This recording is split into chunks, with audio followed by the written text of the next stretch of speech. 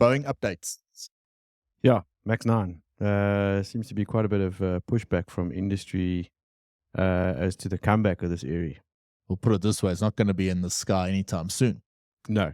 In fact, there was a NOTAM issued even for South Africa and skies that came out yesterday that I still wasn't sure if this was a joke or if it was quite serious, but they're saying they're not allowing any Max 9s in unless they've made sure that they've tightened their nuts. All right. So U.S. Transport Chief or Secretaries announced that the Boeing Max 9 aircraft will remain grounded until they are deemed safe to fly by the regulators, dashing hopes for a quick return to service. To be honest, when this first happened, I thought that they would be in the air again by Friday. Yeah, it doesn't. This is not the case at all. They're not taking any chances here, man. No, the secretary emphasized that safety is top priority. Of course, it's Boeing under big scrutiny, and it just goes on and on. Then Air Current comes out during the assembly of an Alaska Airlines 737 MAX 9. Boeing personnel tightened 6 loose fasteners on the fuselage structure around the plug exit opposite the one that later failed, so not the one that did fail. The work was done at Boeing's factory in Renton, Washington, after the fuselage was shipped from supplier Spirit AeroSystems factory in Kansas. While it is unclear why the fasteners were loose, this indicates that Boeing paid attention to the discrepant components during assembly. The FAA has launched an investigation into Boeing to determine if the completed products conformed to approved design and were safe for operation. So it's basically saying that on this aircraft, there was issues on the other side before this even happened. Shit. The loose fasteners were tightened on components known as the guide roller plates, which are mounted on each side of the upper fuselage structure. And these roller plates, each roller plate has a total of 4 fasteners, 6 of those 8 fasteners across both plates on the right side of the frame were loose before being tightened. The 63-pound plug, which is typically only open for maintenance, must be translated upward around 2 inches before it can be folded out. So, quick fix? No. Sure. So then representatives, this is where, because I don't know if you saw the CEO, he came out and then he made a comment and said, it is our fault, we're putting up our hand, our bad, but now they're being sued by some of the passengers on that Alaskan flight. So, of course, representatives from Boeing, Alaska Airlines, and Spirit AeroSystems have declined to comment after that article came out. Sure, damned if you do, damned if you don't. I mean, yeah. Complete reverse of what they try to do with the previous Max story where they were trying to usher everything out and hide behind it. Now it's, shame the poor guys can't win. I suppose, what can you do? On a flip side, Apple stocks are definitely rising because you saw those 2 cell phones that survived the fall from 16,000 feet. Yeah. So how's that, eh? So and they're still serviceable. For one to survive, but to have a couple of them is pretty remarkable. Yeah. Just want to pull this one up so you can have a look here.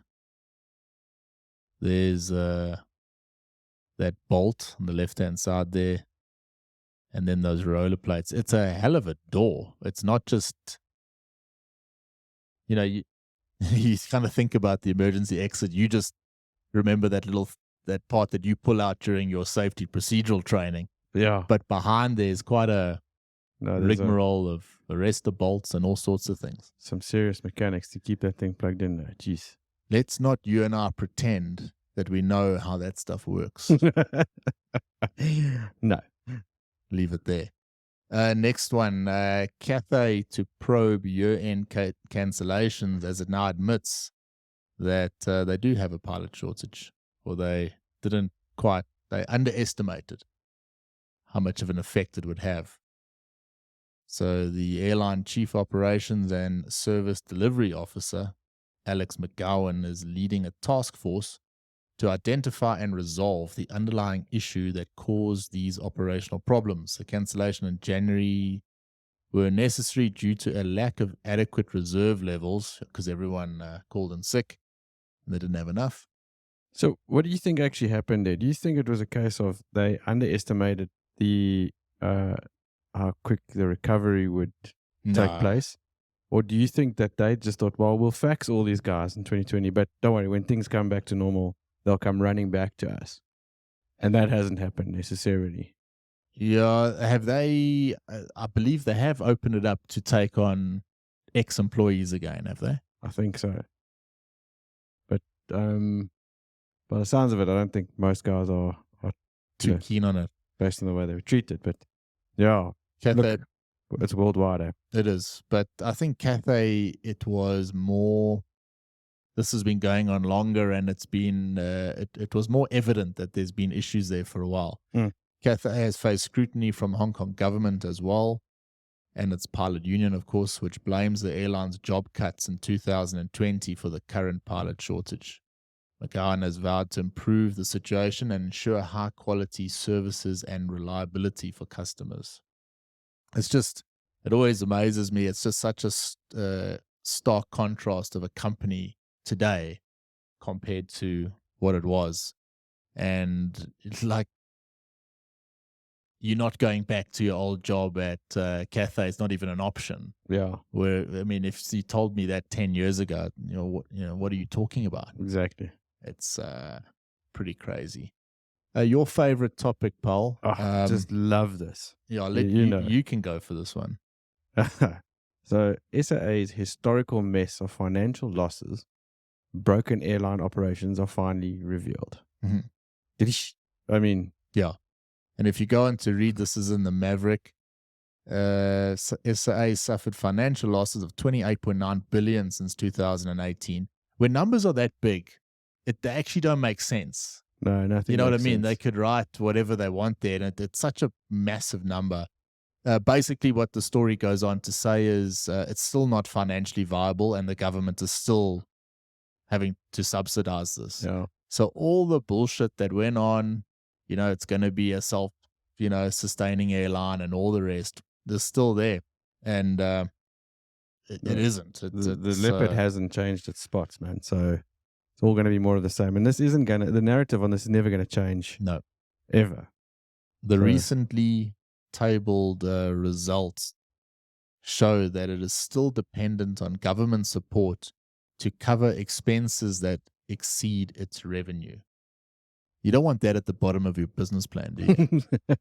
That's but that's just the reality. It's no surprise, but it's almost, there's like a level of arrogance there that things can just carry on without any consequences. Yeah, and the taxpayer is just expected to just keep funding going. And people must tolerate it, and no, it's what a crock of shit. Nuts. I dig this one though. This airline that landed in the field. Yeah. So Ural Airlines has agreed to pay a farmer around $11,000 as compensation for having to rent his land for the commercial jet to stay there since September. Is this some expensive parking fees? It was a while ago they were talking about actually trying to fly this thing out of there. They were just waiting for the fuel to freeze over enough so that they could get the required performance. Yeah. So why? That was because of a hydraulic system that failed, eh? It ran out of fuel. Before reaching the airport and made an emergency landing on the farmer's wheat field. Yeah. Aircraft is preventing the farmer from planting his wheat, resulting in losses to the farmer. Ural Airlines has not decided how to remove the A320 from the wheat field yet. Yeah. Some fuel would probably help. For starters. Yeah. I remember Mac got in touch with us and he spoke about this. He actually mentioned that it is quite possible to do. I mean, they've obviously just got to get hold of the guys at Aerodata and get them to work out one of those fancy performance handbooks with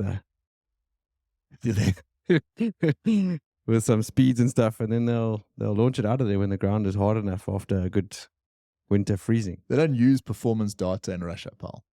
Oh, yeah, true. I forgot where it was. Or Siberia, wherever it is. Yeah. Funny, man. I enjoy these little sort of quick recap pods, a little short haul pod. Yeah. Uh, sort of nice and direct. It's kind of cool. Get in here Friday, get it out there, and you can expect more of this from us going forward. I think it's something we're trying out, and I certainly enjoy presenting it. And I know you do too. It's a actually a bit easier for us in a lot of ways, but it kind of forces you to stay more in tune with what's going on. Yeah, exactly. And you constantly focus, whereas the longer form is a little bit different. Don't plan to get rid of the longer form pod in any way, but what we do plan to do is get some esteemed colleagues on the pod with us to have a bit of a chat, and not just the usual, tell us how you got here, more of something slightly in depth, a little bit more inspiring, and to try and follow those core values that we are looking at on the pod. Elevate, motivate, and the self-development side. We really, really want to push that. So, yeah, we're going to be sending out a few mails and a few invites to people to get them on the pod through the year, and I'm really looking forward to it. We've got some nice responses already and some interesting stories coming up. So stay tuned for some added elements to the BAP. Yeah. From my side, again, totally love what this new format is all about. It is a lot of fun. And just being able to jump into the studio and shoot out a quick pod every day is quite lekker. Cool, man. And I'm also excited for the lineup that we've got planned for the year. So have a great weekend, pal. You too. And don't forget, if you did like the show, like it, and please share it along.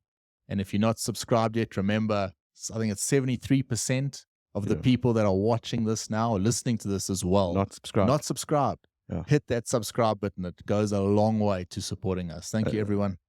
Have a good one. Ciao. Bye-bye.